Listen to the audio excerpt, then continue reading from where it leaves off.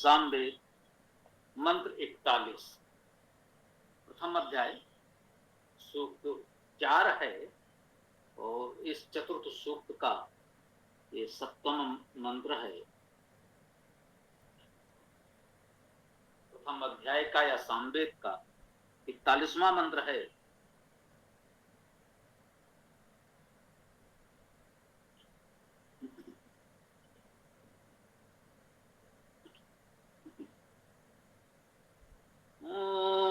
त्वं नः चित्र ऊत्या वसो राधांसि चोदये अस्य राया त्वम् अग्ने रथि असि विदागाथं सुते सुनः।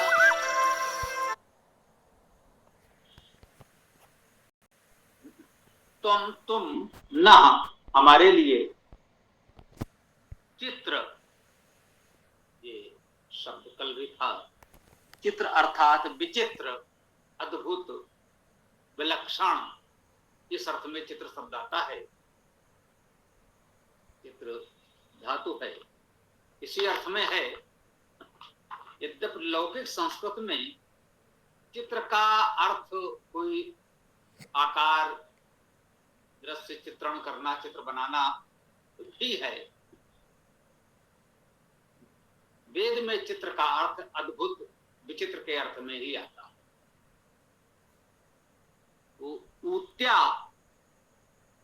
ऊत्या का अर्थ रक्षण द्वारा भी होता है, वाणी द्वारा भी होता है। वो धातु का अर्थ शब्द करना है और अ धातु भी है जिसका अर्थ रक्षा करना भी है। दोनों इसमें लिखे भी हैं। तो उत्या का अर्थ वाणी द्वारा और रक्षण द्वारा, दोनों अर्थ किए जा सकते हैं। वसु ये संबोधन में भी ग्रहण कर सकते हैं। हे वसु, बसाने वाले, वास देने वाले।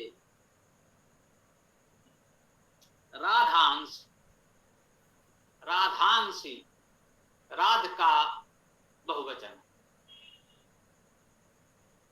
यूं कहें राधस का बहुवचन है। व्याकरण की दृष्टि से कहेंगे तो शब्द होगा राधस, इसे विसर्ग होता है राधा कहेंगे, या विसर्ग का सा ही उच्चारण सामान्यतः व्याकरण में मान्य है। तो राधस कहते हैं और राधस का बहुवचन बनता है राधांश। हाँ, एक महत्वपूर्ण बात तभी इसी प्रसंग से ध्यान आया तो मुझे लगा कि आपको ये जानकारी होनी चाहिए। इसे भी हमने तो सहज भाव से कह दिया कि व्याकरण में विसर्ग का उच्चारण सा है।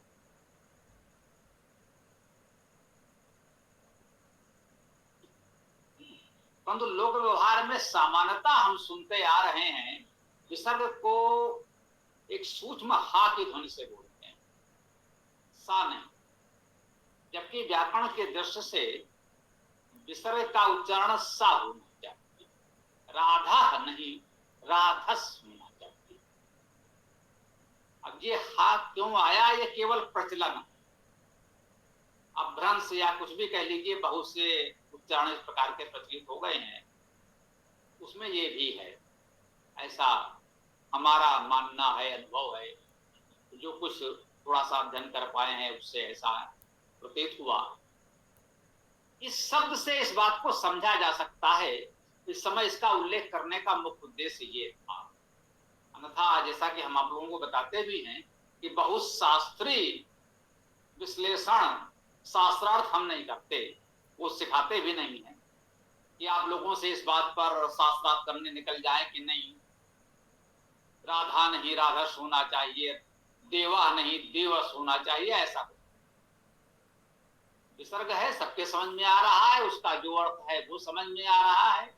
इस स्तर की बात जो व्याकरण में गंभीर अध्ययन चिंतन करेगा वो समझ भी जाएगा। तो आपस में अभी हमको इस तरह का कोई विवाद करने की आवश्यकता नहीं है।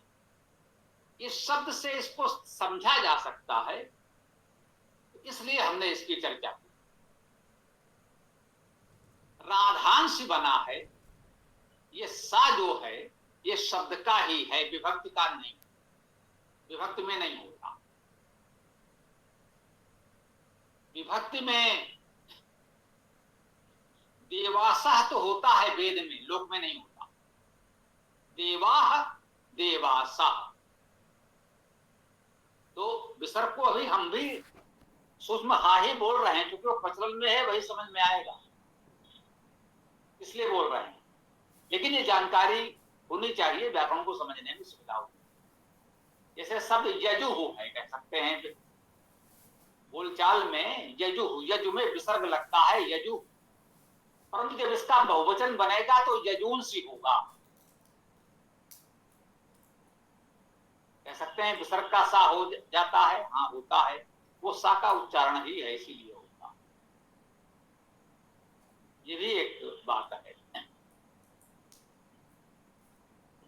होता क्या है, बहुवचन में ये नी लग रहा है।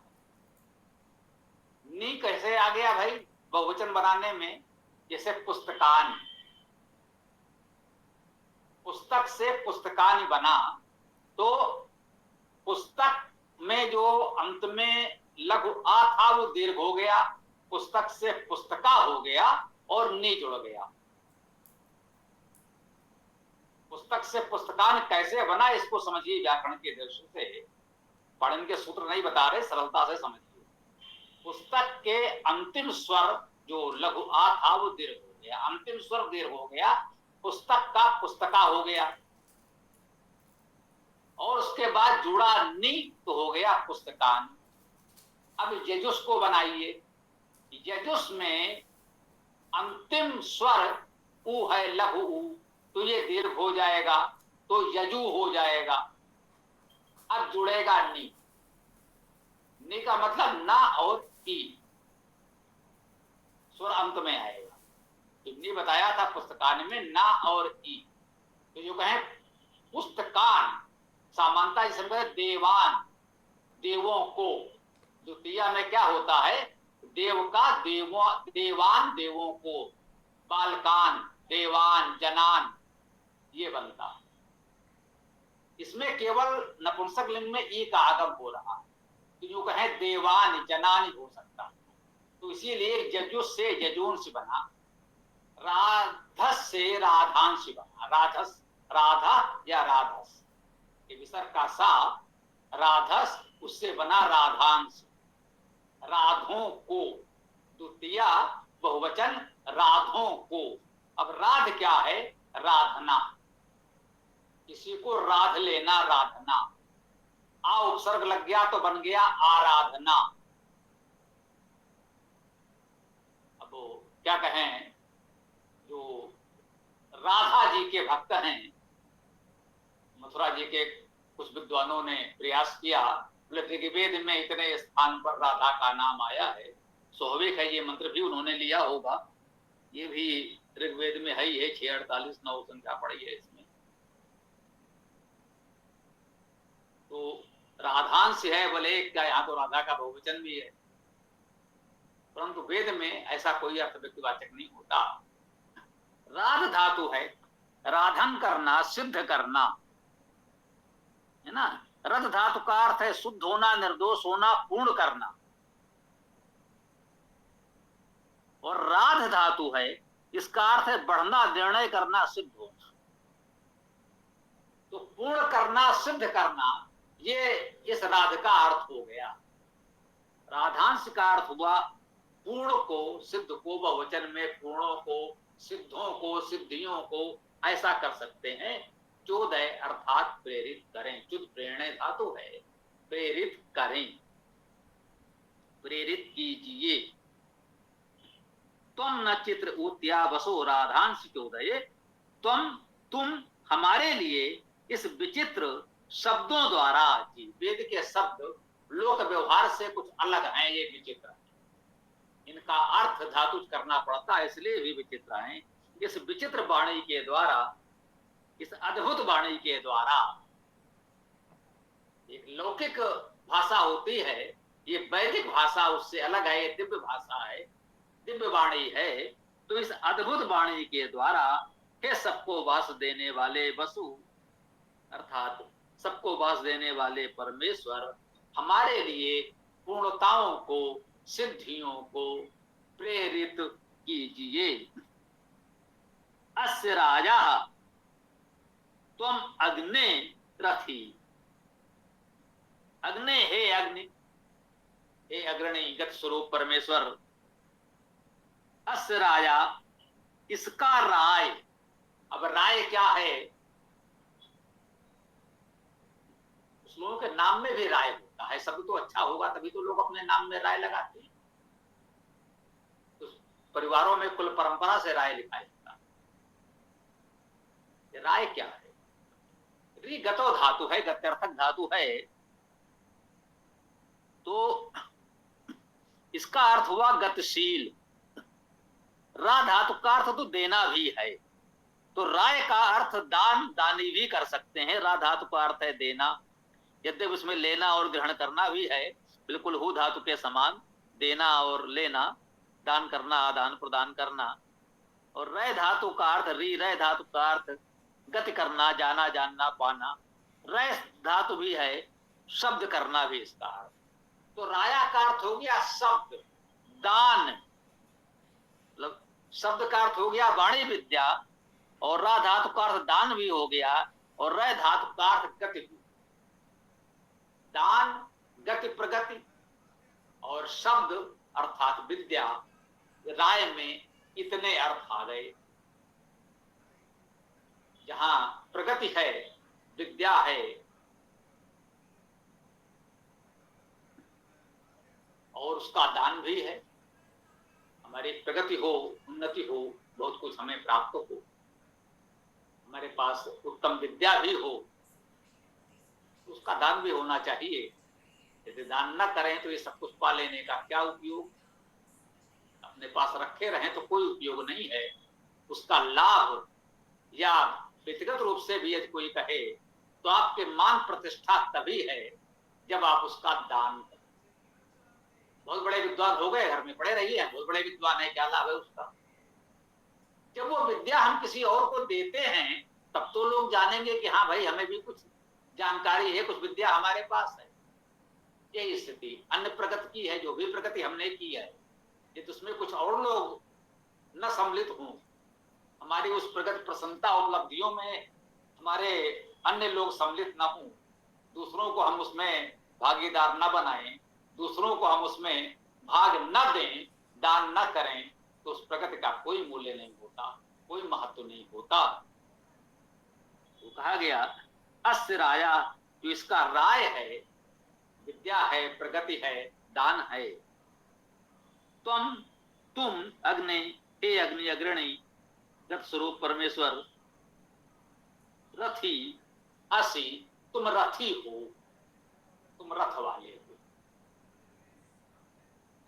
रथ क्या है?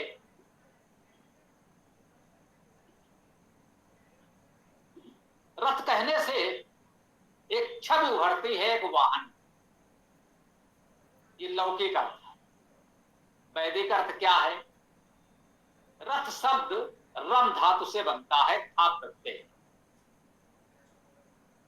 और हम लोग चर्चा करते रहते हैं, जानते हैं कि धातुओं का अंतिम हलंत वर्ण और विशेष रूप से जब वो अनुनासिक हो, अपने वर्ग का पंचमाक्षर हो,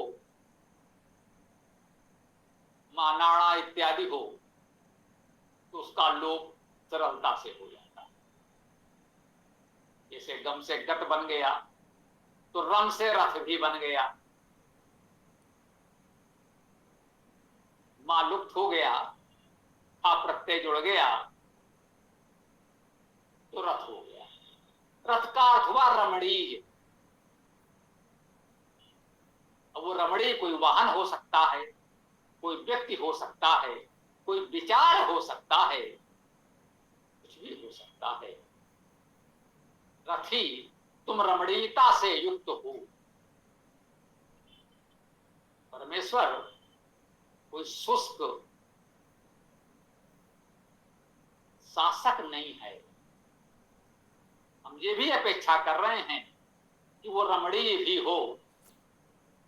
वो हम सब में रमा है, सर्वव्यापी है, ये तो हम जानते हैं। वो हमारे लिए रमणीय है, हम भी उसमें रमे रहें, वो सब में रमा है, हम उसमें रमे रहें, ये रमणीयता है। कहते हैं रथी असी, तुम रमणीयता से युक्त हो। विदा, विद धातु का अर्थ जानना, विदा का अर्थ है जानो। भी उपसर्ग मान ले तो दा धातु का अर्थ देना, दान करना है, विशेष रूप से दान करो। हाँ, अब इसका विग्रह दो प्रकार से हमने अभी कर दिया, विदा और विद धातु से विदा। तो इसमें जो परंपरागत पद पाठ है उसको सम्मान दिया जाता है। यदि उसमें भी उपसर्ग को अलग किया गया होगा तो दा धातु मानी जाएगी। यदि उन्होंने भी उपसर्ग अलग नहीं किया है, विदा एक साथ लिखा है, तो विद धातु मानी जाएगी। सामान्यतः सभी भाष्यकारों ने पद पाठ को यह सम्मान दिया है, ये मान ले। बहुत दुर्लभ ऐसे प्रकरण प्रसंग आए होंगे जब किसी वेद भाष्यकार को ऐसा लगा हो कि यहाँ पर पद पाठ के अनुसार अर्थ करना उपयुक्त नहीं है, तो कहीं उसने छूट ली हो, ये अपवाद हो सकता है। सामान्यतः उसका पालन किया जाता है। तो विदा अर्थात जानो या जानकार हो, विद्वान हो। विदा का अर्थ विद्वान, जानने वाले। गाधम, गा धातु का अर्थ गान करना, गायन करना। जो उस गान को धारण करने वाला है, जो गायन करने वाला है। गाधम का अर्थ उस गान गायक को। तू तो न हमारे लिए तुझे गति वृद्धि प्रकाश करते हैं। ये तुच्छ धातु होनी चाहिए। नहीं, इसमें हाँ तू धातु भी ली गई है। तू धातु का अर्थ है गति वृद्धि, हिंसा करना, गति करना, वृद्धि करना, हिंसा करना। तू धातु में ये तीन अर्थ हैं। और तुझ धातु भी है जिसमें है बलदान, निवास, प्रकाश करना। तो इस तुझे में ये सब कुछ करने का भाव निहित है। गति वृद्धि करो, बलदान, निवास करो, प्रकाश करो, तुझे का इतना अर्थ होगा।